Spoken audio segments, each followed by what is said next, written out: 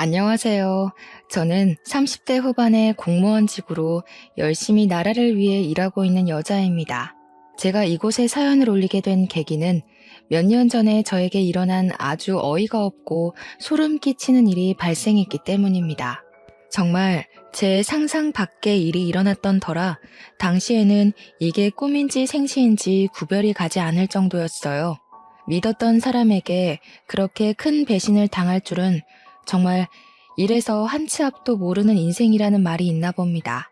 지금은 물론 남편이랑 아이랑 행복하게 오순도순 살고 있긴 하지만 아직도 몇 년 전 그 일을 생각만 하면 배가 다 당겨오는 듯한 경련이 일어난답니다. 어떤 일인지 궁금하시죠? 지금부터 제가 제 얼굴에 침 뱉기일지 모를 그 이야기를 시작해 보도록 하겠습니다. 시간을 거슬러 올라가 남편과 처음 만났던 그 시절부터 이야기를 해볼까 합니다. 저는 남편을 처음 만날 당시 공무원이 되기 위해 시험을 준비하고 있었던 수험생이었습니다. 독서실은 너무 답답해서 저와 잘 맞지 않았고 도서관 열람실을 매일같이 문 열 때 들어가서 문 닫을 때 나오곤 했습니다. 열람실 자리 싸움이 은근히 치열하거든요. 그래서 매일 아침 7시에 가서 자리를 맡아서 공부를 하고 있었죠. 제 자리가 볕이 은근히 비치는 자리라서 등도 따숩고 밝아서 그 주변이 인기가 많았어요. 남편은 제 옆 자리에 앉아서 항상 공부를 하고 있었습니다. 원래 공부하는 애들의 규칙 같은 게 있거든요. 자기가 앉던 자리에 앉아서 공부를 해야지만 집중도 잘 되고 문제도 술술 잘 풀리는 그런 하찮은 징크스요. 그날 원하는 자리에 앉지 못하면 은근히 공부가 안 되고 신경 쓰이고 해서 하루를 망치곤 하거든요. 매일 아침 7시에 가서 문 열자마자 그 자리를 차지하고 공부를 하는 자리에 집착적인 사람은 물론 저와 남편밖에 없긴 했습니다. 그러다 보니까 서로에게 조금 안면이 있고 눈길이 가게 되었달까요? 관심이 생겼다는 건 아니고 그런 거 있잖아요. 자연스럽게 오늘도 왔네, 내일도 오려나 하는 그런 정도요. 그때는 둘 다 미친 듯이 공부를 할 때라 서로에게 말을 걸거나 궁금할 것도 없긴 했어요. 당장의 합격이 가장 중요한 일이었으니까요. 가끔 화장실에 갈 때나 음료를 뽑아 먹으러 움직일 때마다 남편의 자리를 힐끗 보면 공부 중인 책들이 질비해 있었는데요. 자연스럽게 남편이 변리사 시험을 준비하고 있다는 사실을 알게 되었어요. 변리사 시험은 웬만한 머리로 합격하기 힘들다는 이야기를 익히 들어 알고 있었기에 참 똑똑한 사람인가 보다 하고 말았죠. 제 시험이 코앞에 있는데 제가 남의 인생에 궁금해할 시간이 있었을까요? 아무튼 소위 말하는 코피 쏟을 정도로 빡세게 열심히 공부를 하고 있었던 어느 날 정말로 제가 코피를 쏟고 말았습니다. 제가 놀래서 정숙해야 하는 도서관에서 하고 소리를 내고 말았던 거죠. 제 소리에 놀란 남편이 저를 쓱 봤는데 제가 진짜 책에 뚝뚝 떨어질 정도로 코피를 흘리고 있으니까 자기도 깜짝 놀란 거예요. 자기도 모르게 헐 이러는 바람에 다른 자리에 앉아있던 사람들까지 인상 쓰면서 저희 다 쳐다보고 놀래서 저도 죄송하다고 사과드리고 그러고 나서 열람실 밖으로 뛰어나왔죠. 코피가 멈추질 않아서 막 휴지 뭉텅이로 틀어막고는 하늘을 보고 병원을 찾아가야 하나 하고 있었습니다. 그런데 뒤에서 누가 고개 젖히지 말고 숙이세요 하더라고요. 보니까 남편이 쫓아 나왔더라고요. 코피로 흠뻑 젖은 제 휴지를 가져가더니 새로운 휴지 뭉텅이를 주면서 코를 꽉 누르더라고요. 순간 아파서 인상을 쓰긴 했지만 그러고 조금 뒤에 코피가 멎어서 와 대박이다 하고 있었습니다. 뜻밖의 친절함을 만나서 가슴이 조금 두근거리기도 했던 것 같아요. 저한테 공부를 열심히 하시더니 코피까지 쏟는다면서 자기는 아무리 노력해도 코피는 안 나더라고 막 너털웃음을 짓더라고요. 순간 주변 공기까지 얼어붙는 듯한 어색함이 흘렀지만 제 코피를 닦아준 게 너무 고마워서 감사합니다 하고 인사를 했죠. 근데 제 코피를 닦다가 묻은 건지 뭔지 옷소매에 코피가 묻었더라고요.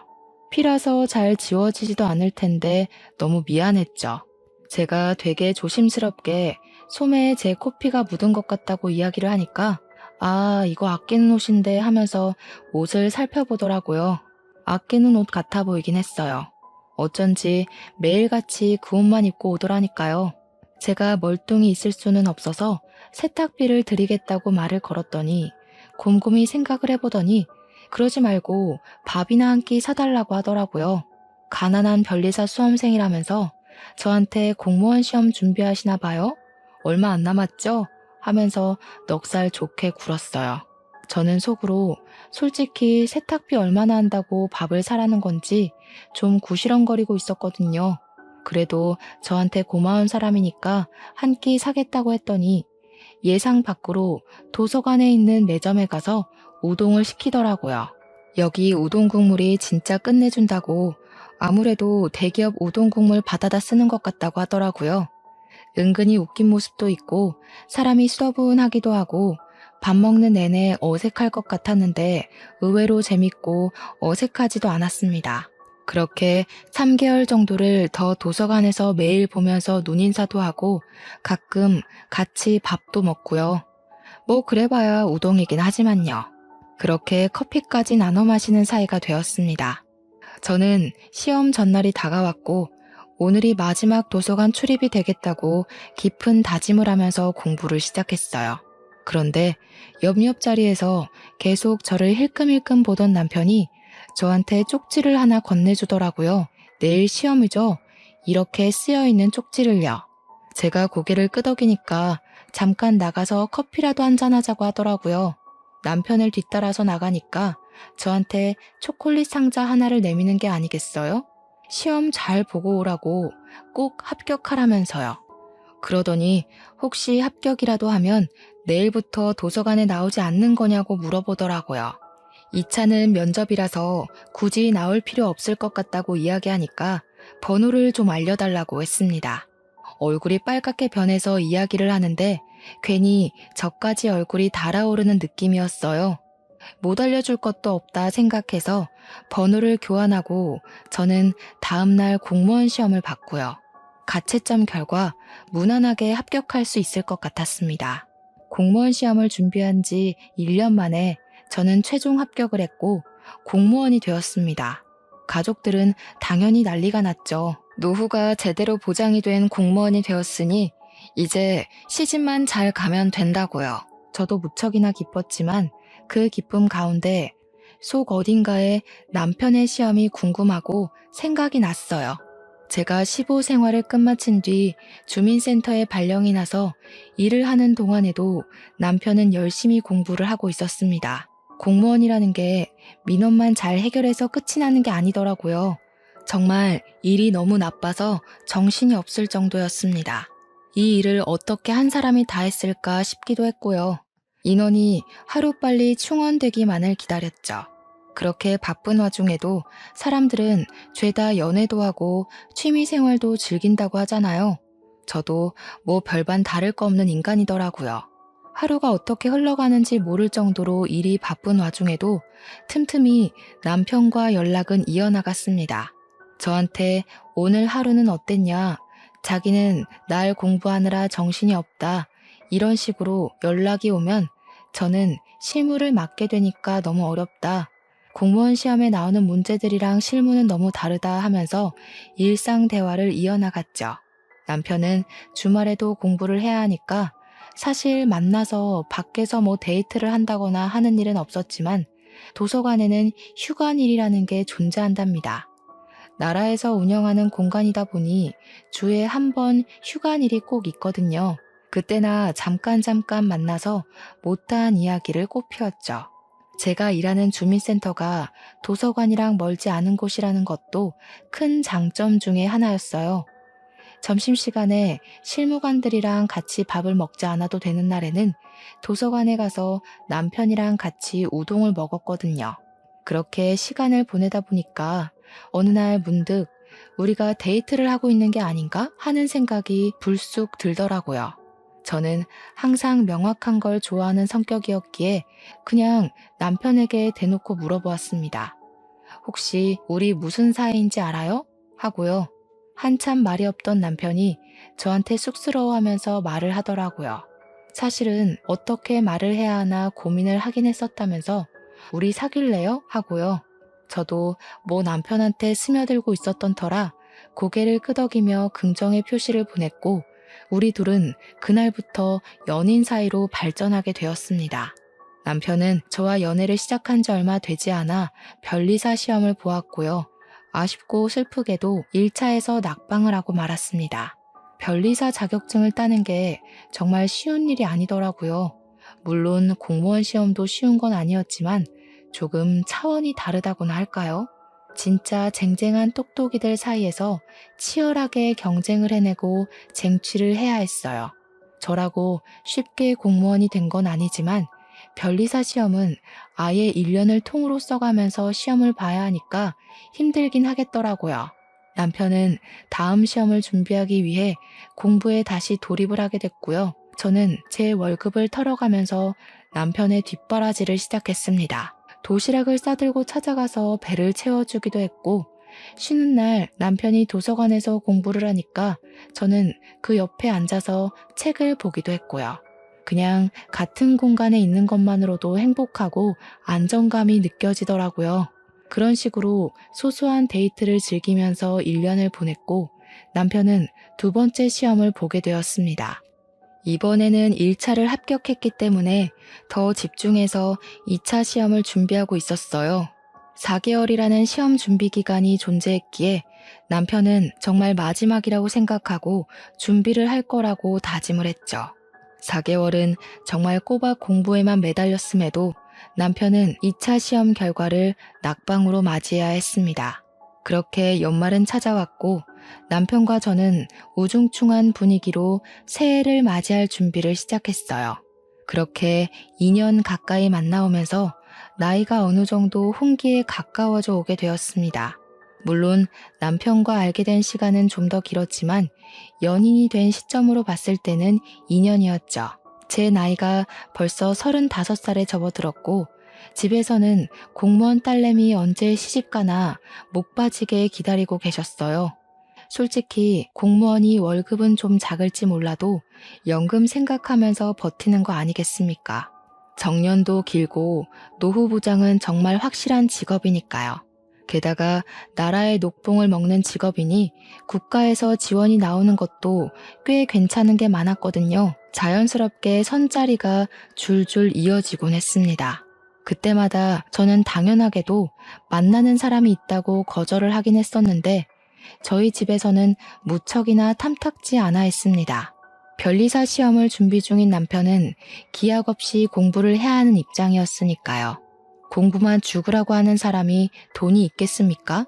당연히 돈도 없고 돈을 벌지도 못하는 입장이었으니까 우리 딸이 뭐가 모자라서 저런 남자를 만나냐고 했어요.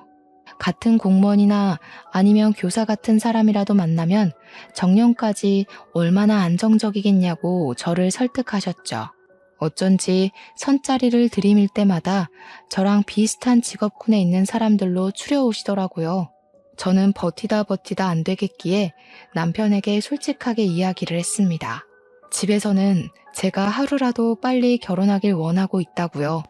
안정적인 직장을 가지고 노후가 보장된 사람이랑 결혼하기를 바라고 있어서 그런 사람들을 골라다가 선자리를 들이민다고 했습니다.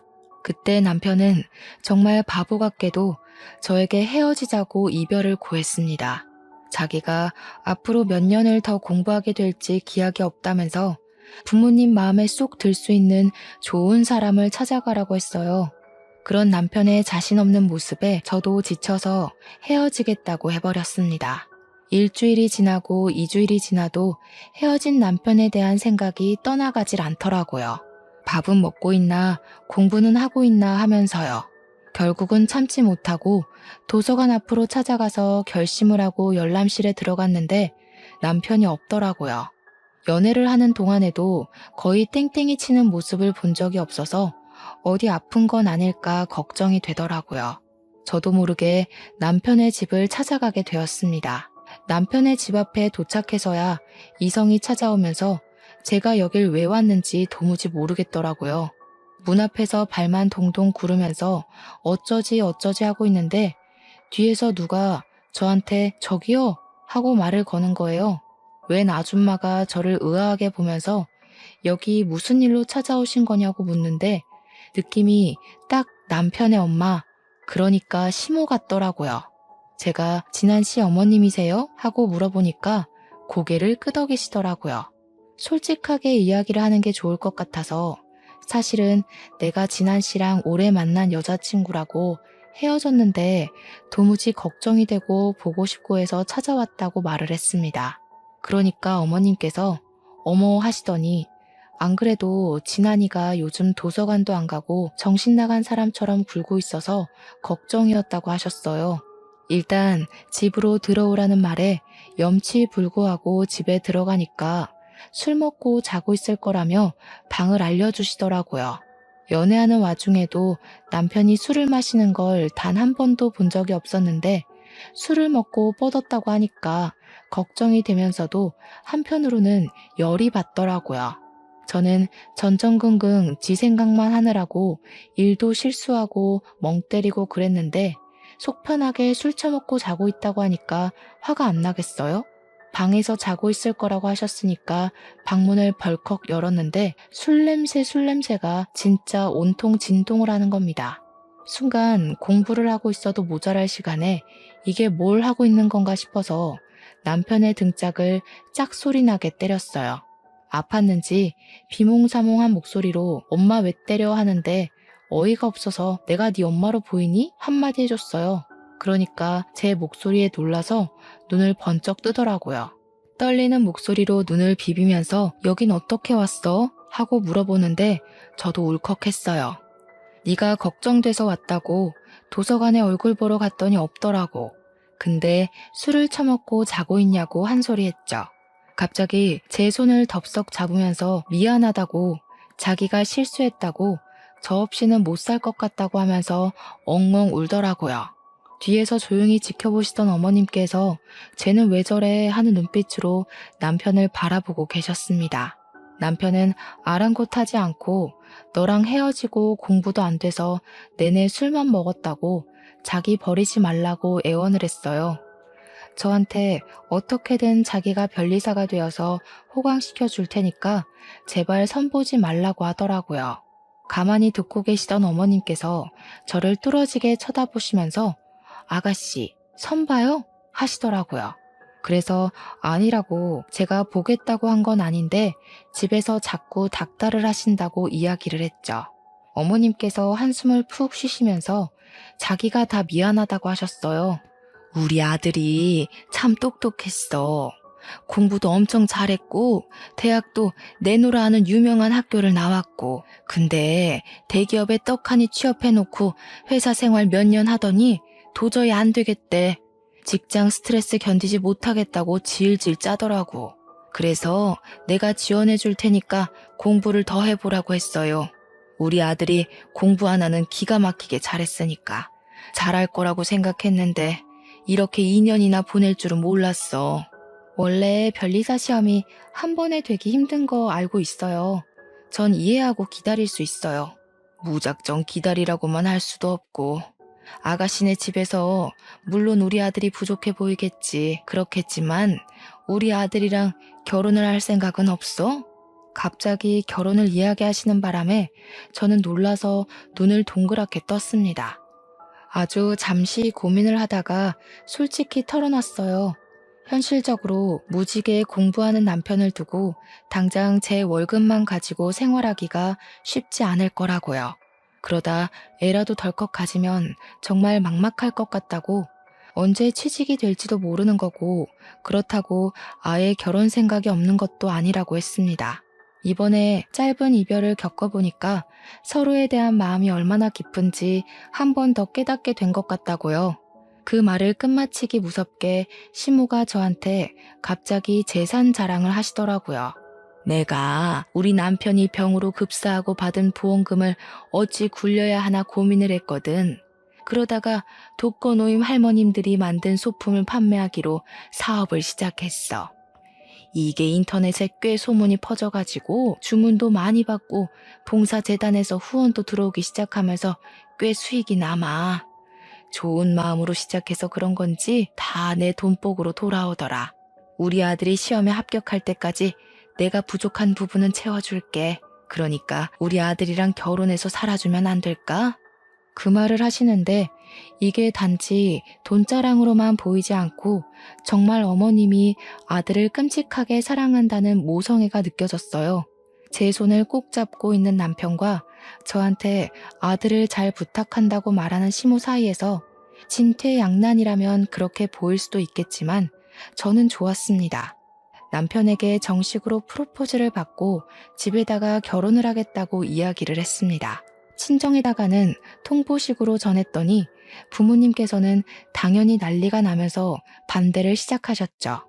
어떻게 다른 직업도 아니고 백수사위를 맞으라고 이야기를 할 수 있냐고요.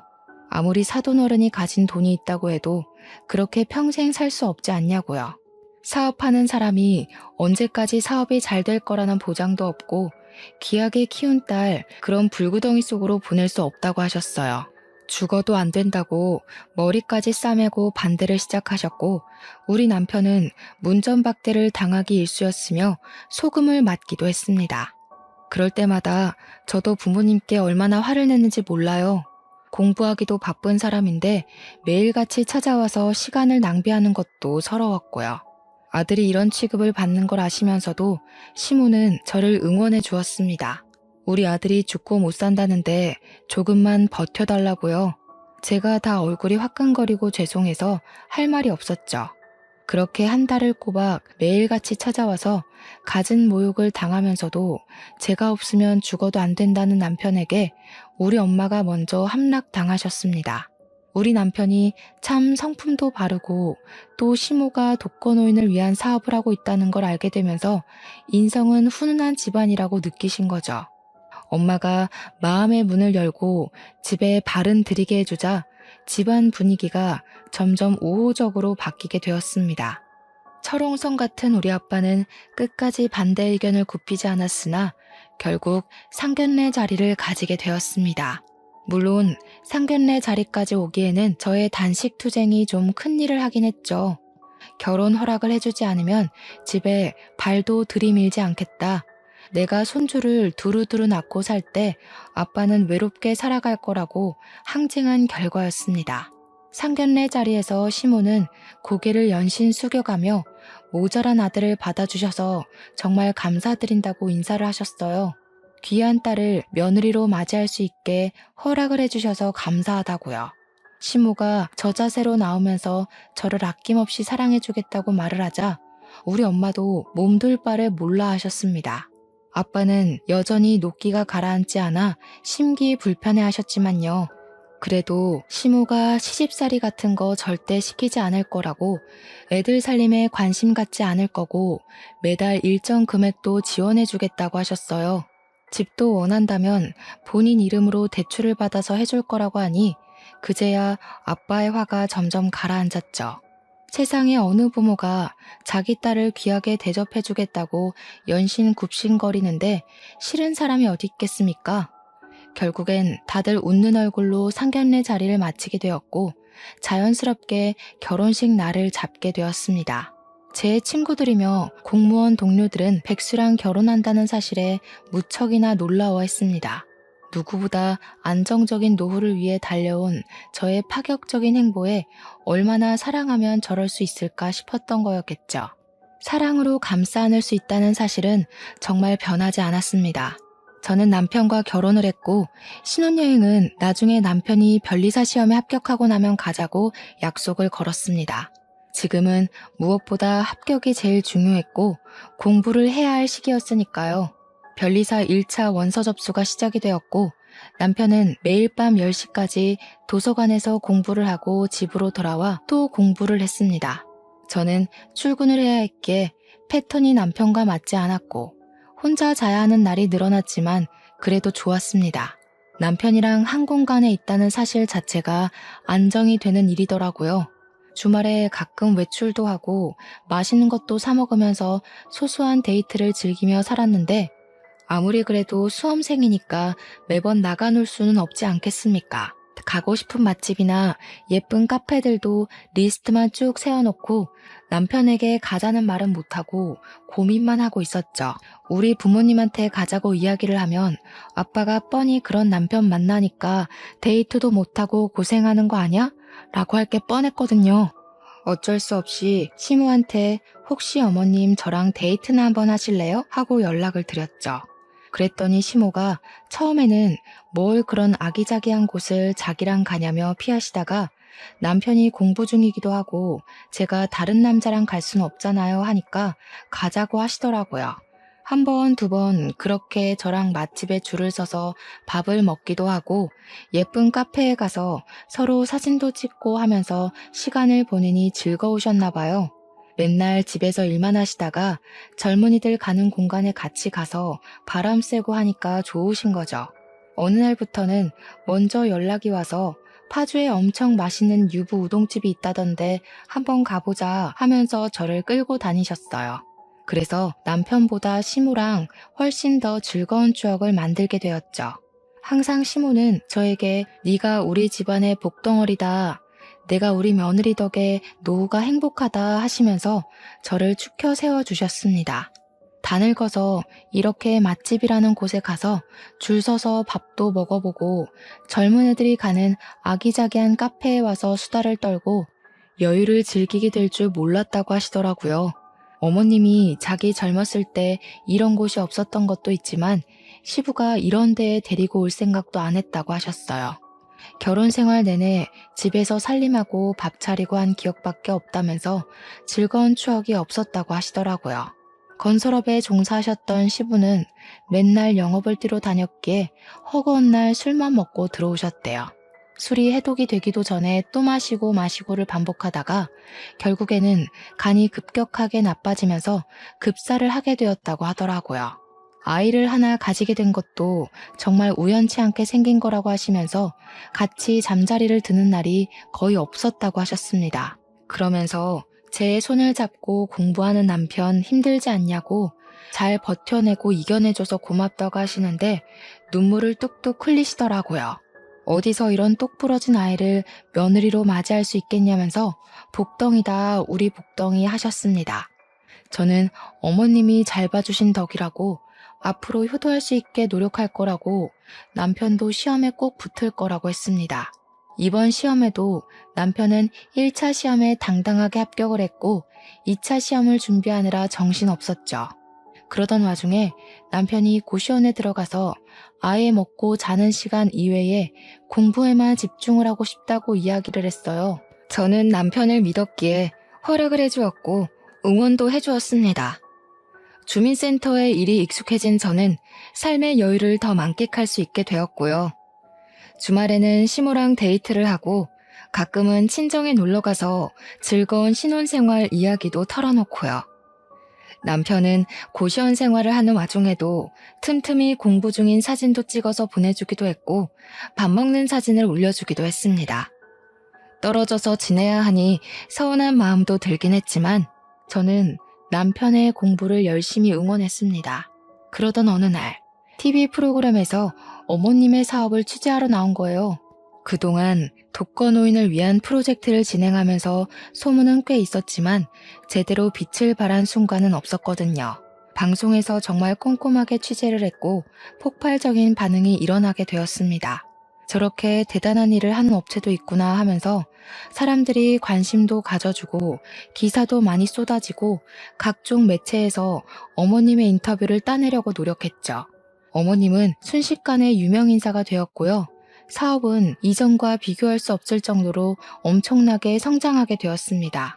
남편은 2차 시험을 무사히 치렀고 그렇게 또 한 해가 저물어가게 되었습니다.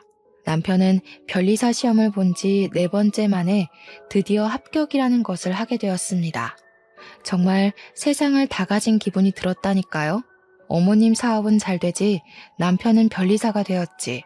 남편은 저에게 이제 우리 고생 끝난 거나 다름없다고 행복길만 열렸다면서 저를 업고 아파트 단지 한 바퀴를 돌겠다고 난리를 쳤어요. 우리 시모는 그런 남편을 보면서 주책이다 주책이야 하면서도 우리 남편 고생했다고 토닥여 주었죠. 친정에서도 드디어 변리사 사위 얻었다면서 축하 파티를 열어주셨습니다. 그렇게 당당하게 자격증을 따고 그동안 쌓아두었던 경력들이 빛을 발할 시간이었습니다. 좋은 대학을 졸업한 것도 대기업에서 일을 했었던 경력들까지 한데 모이니 인정이 되더라고요. 우리 남편은 시청에 있는 꽤 유명하고 큰 변리사 사무실에 취직을 하게 되었고 초봉치고는 꽤 많은 돈을 벌어오기 시작했습니다. 정말 너무나도 다행인 건 돈을 벌면 갖은 유혹에 시달릴 법도 한데 우리 남편은 정말 저밖에 모르는 사람이었다는 겁니다. 월급도 전부 저에게 갖다 바치고 합격했으니까 신혼여행을 다녀오자는 약속을 지키겠다고 하더라고요. 저는 생각도 해보지 않았던 신혼여행이라 무척이나 들떠 있었습니다. 구정 연휴에 앞뒤 연차까지 모조리 붙여서 길게 신혼여행을 다녀왔어요. 어머님께서는 저에게 가서 펑펑 쓰고 놀라며 큰 돈을 쥐어주시기도 했습니다. 우리 아빠도 드디어 변리사 명함이 찍힌 우리 남편을 보면서 인정을 해주었고요. 앞으로 우리 사위는 건강만 하라고 마음을 쏙 뒤집으셨네요. 그렇게 행복한 나날이 지속되는 줄 알았건만 남편이 새로 취직한 회사가 일이 정말 많은 회사였습니다. 가 신입이라고 일을 좀 적게 주나 했더니 정말 얄짤없이 굴려먹더라고요. 저는 어쩔 수 없이 주말 데이트는 시모와 함께 해야겠구나 하면서 새로운 맛집을 찾아 리스트를 정리하고 있었어요. 그런데 우리 시모도 사업이 갑자기 번창하게 되었다고 했잖아요. 그러다 보니까 인터뷰며 다른 기업이랑 협업이며 엄청 바빠지게 된 것이었죠. 공무원 생활도 바쁘다고 다들 입 아프게 이야기를 하는데 시모와 남편에 비하면 저는 정말 새 발의 피였습니다. 시모를 만나는 횟수가 점점 줄어들게 된 건 어쩔 수 없는 일이었어요. 일이 많이 바쁘시니까 지방 출장까지 가니까 내가 이해해야지 했죠. 그런데 어느 날부턴가 제가 전화를 하고 문자를 해도 시큰둥한 반응을 보이시는 게 아니겠어요? 주말에 바쁘시냐고 지난번에 못 가본 맛집에 가자고 이야기를 하면 저한테 그날은 다른 회사 사모님들이랑 약속이 있다고 거절하시고요. 또 어떤 날은 같이 협업을 하기로 한 대기업 임원들이랑 골프를 치러 가기로 했다고 바쁘다고 하시고요. 저는 우리 시모가 골프를 칠 줄 안다는 사실도 전혀 모르고 있었거든요. 오죽하면 저한테 화나신 게 있는 건가 싶을 정도였어요. 저한테 예전처럼 다정하지 않고 쌀쌀맞게 이야기를 하셨거든요. 하루는 남편이랑 같이 시댁에 갔는데 시모가 남편을 보면서 활짝 웃으시고는 우리 귀한 아들 어서와 하시더니 저를 보고는 왔니? 한마디 하시는 거예요. 제가 하도 이상해서 어머님 저한테 서운한 거 있으세요? 하니까 내가 너한테 뭐가 서운하겠니? 그냥 속이 터지는 거지 하더라고요. 제가 무슨 일이냐고 묻자 손을 휘휘 저으면서 아무것도 아니라고 자기 속이 시끄러운 거니까 내버려 둬라 하시대요. 같이 밥 먹는 내내 저를 한 번 보고 한숨, 남편 한 번 보고 한숨 하시더니 너네 아이는 언제 가질 거니? 하고 물으셨어요. 남편이 이제 슬슬 준비해 보려고 한다고 대답하자 어머님께서 굳이 애를 꼭 낳아야겠니? 하시더라고요. 제가 아무 소리 안 하고 있다가 어머님 손주 보고 싶다고 하셨잖아요. 하니까 저를 쓱 보시더라고요. 아니 뭐 너네가 언제까지 같이 살지도 모르는 거고. 순간 제가 이게 무슨 소리인가 싶어서 아무 말도 못하고 있는데 남편이 엄마 그게 무슨 소리야? 하면서 짜증을 확 냈어요. 그러니까 시모가 움찔하면서 아니 뭐 사람 이름 모르는 거 아니냐고 말이 그렇다는 거지 하시대요. 저는 너무 충격이었죠. 갑자기 어머님이 저한테 왜 저러나 싶고요. 그렇게 2달이라는 시간이 흐르는 동안 어머님은 대놓고 제 연락을 피하기 시작하셨어요. 가끔 연락이 닿거나 어머님께서 전할 말이 있어 전화를 하실 때도 꼭 끝에는 아이를 갖지 말라고 몇 번이나 말을 하셨죠. 저도 슬슬 기분이 나빠지더라고요. 언제는 간이고 쓸개고 다 빼줄 것처럼 하더니 애도 싫다 저도 싫다 하시니까요. 저는 딱히 잘못한 것도 없는데 갑자기 내쳐지는 기분이 들어서 빈정상했죠. 그러던 어느 날 어머님께서 갑자기 저한테 만나자고 하시더라고요. 알겠다고 언제가 좋겠냐고 물어보면서 말을 했죠. 어머님, 지난번에 가려고 했다가 못 갔던 시장에 있는 맛집 가실래요?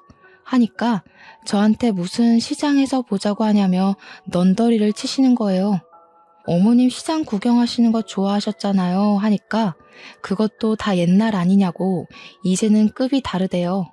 잘 나가는 사업가에 변리사 아들까지 뒀는데 내가 시장 통해서 밥을 먹는 게 말이 돼? 언제는 1,000원짜리 핫바도 맛있게 나눠 먹었는데 저러니까 진짜 이상하더라고요. 방송을 탄 이후에 몇 개월을 회장 사모며 무슨 기업 임원들이며 하는 사람들이랑 어울리고 다니시더니 아무래도 그쪽에 물이 든 것 같았습니다. 저한테 주소를 보내주시면서 무슨 명품 매장 안에 있는 카페로 오라고 하시더라고요. 저는 명품 가방 파는 매장에서 카페까지 운영을 하는지 처음 알았습니다. 무려 집에서 40분이나 떨어져 있는 압구정동까지 오라고 하길래 멀리 떨어진 곳으로 부르는 시무가 영 이해가 안 됐습니다. 그래도 그쪽으로 나오라고 통보를 하셨으니까 어쩔 수 없이 갔죠. 장소에 도착을 하고 나니까 시무가 이미 이전에 약속이 있으셨나 보더라고요. 진주 목걸이를 치렁치렁하게 늘어뜨린 사모님처럼 보이는 여자랑 커피를 마시고 계셨습니다. 제가 어머님하고 부르니까 휙 돌아보면서 왔니? 한마디 하셨어요. 이 자리에 앉아도 되나 고민하고 있는데 그 사모님처럼 보이시는 분이 저를 보고 이분이 며느님? 하시더라고요. 근데 어머님이 맞아요 하는데 그 표정이 뭔가 상당히 이질적으로 느껴졌어요. 저를 위아래로 쭉 길게 훑어보는데 동물원 원숭이라도 된 기분이 들어서 별로더라고요. 시모가 저한테 갑자기 시비를 걸더라고요. 예, 너는 내가 여기까지 불렀으면 옷 좀 차려입고 오지 이게 뭐니? 촌스럽게. 평소에 입고 다니는 그대로 입었는데 무슨 문제라도 있나요? 네가 들고 다니는 가방도 엘사 짝퉁이잖아. 내가 정말 부끄러워서 원. 어머님, 그럼 여기 명품 매장이던데 저 가방 하나 사주세요. 어머 얘가? 공무원 월급 쥐꼬리만큼 버는 주제에 명품 가방이 가당키나 하니?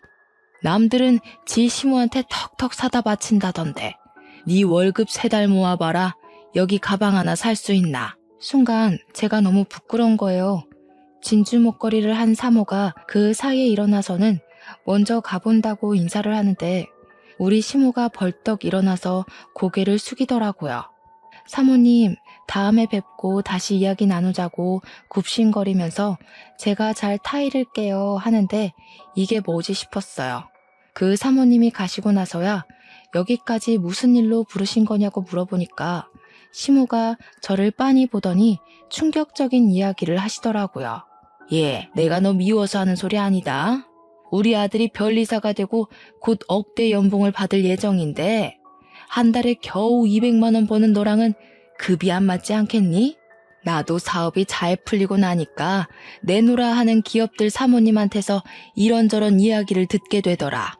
방금 나가신 사모님이 A기업 사모님인데 그 딸이 이혼해서 혼자라고 하더라고. 저는 시무가 무슨 이야기를 하는지 전혀 감이 오지 않아서 그냥 듣고 있었어요.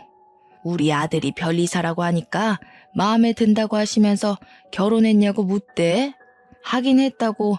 근데 언제 헤어질지는 모른다고 했지. 어머님, 그게 지금 무슨 소리세요?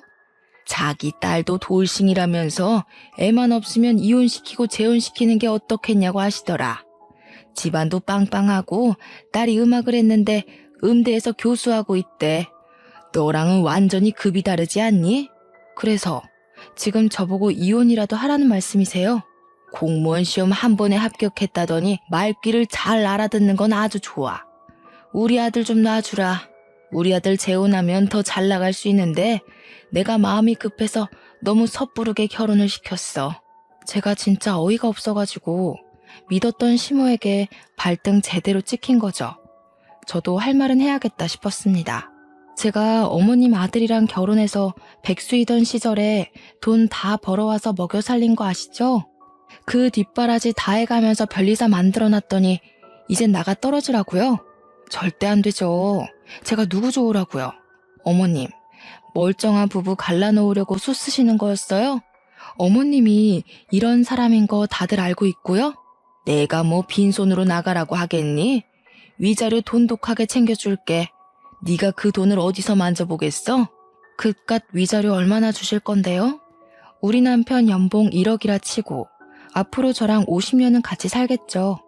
그러면 넉넉하게 위자료 50억 정도 주시면 생각해 볼게요. 얘가 정신 나간 거야? 50억이 네 집 개 이름이니? 어머님이 지금 저한테 하시는 말이 개소리인 건 알겠네요. 그리고 벌떡 일어났습니다. 저한테 뭐라고? 하면서 소리를 질렀지만 저는 가방 들고 그 매장을 나와버렸어요. 나와서 서러운 마음에 남편에게 전화를 걸었더니 오늘 일찍 퇴근하겠다고 하더라고요. 남편이 집에 오자마자 붙잡고 어머님이 당신이랑 이혼하라고 했다고 어느 기업 사모님이 당신이 마음에 든대 하면서 하나하나 고자질을 했죠. 그 집에 이혼한 딸이 있으니까 나랑 헤어지고 제가 하면 된다는데 어떻게 생각해? 그 말이 끝나기 무섭게 남편 얼굴이 창백해지더라고요. 그게 다 무슨 소리냐고, 진짜 우리 엄마가 그랬다고 하면서 믿지 못하길래 죄다 사실이라고 했어요. 내가 지금 이런 소리를 들으면서 살아야겠냐고 하니까 남편이 바로 시모한테 전화를 걸더라고요. 엄마 노망났어? 정신 나간 거야? 어떻게 우리 와이프한테 그런 소리를 할 수가 있어? 이 여자가 나한테 어떤 여잔데? 얼마나 귀한 사람인데?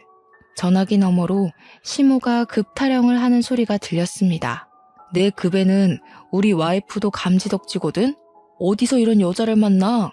허튼 소리 할 거면 앞으로 우리한테 연락하지도 마세요.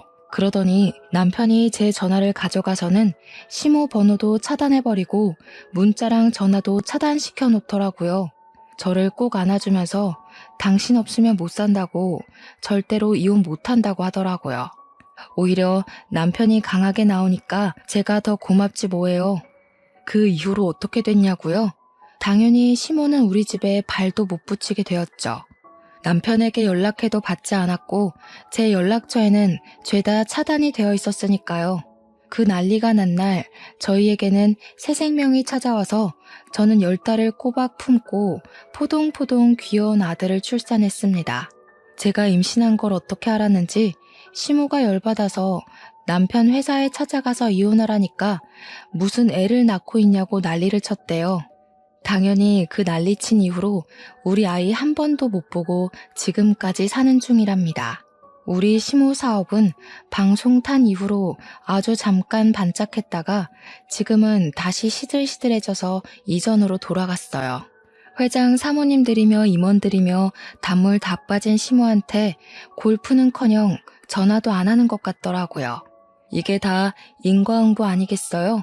그렇게 급타령하면서 잘난 척하더니 지금은 외롭게 손주 얼굴도 모른 채 살아가고 있으니까요. 남편은 견고하게 저를 지켜주고 있어요. 저도 여전히 공무원으로서 열심히 하루하루를 잘 살아가고 있답니다. 이래서 마음을 곱게 쓰고 살아야 하나 봐요. 여러분들도 인과응보를 꼭 마음에 새기면서 사시길 바랍니다.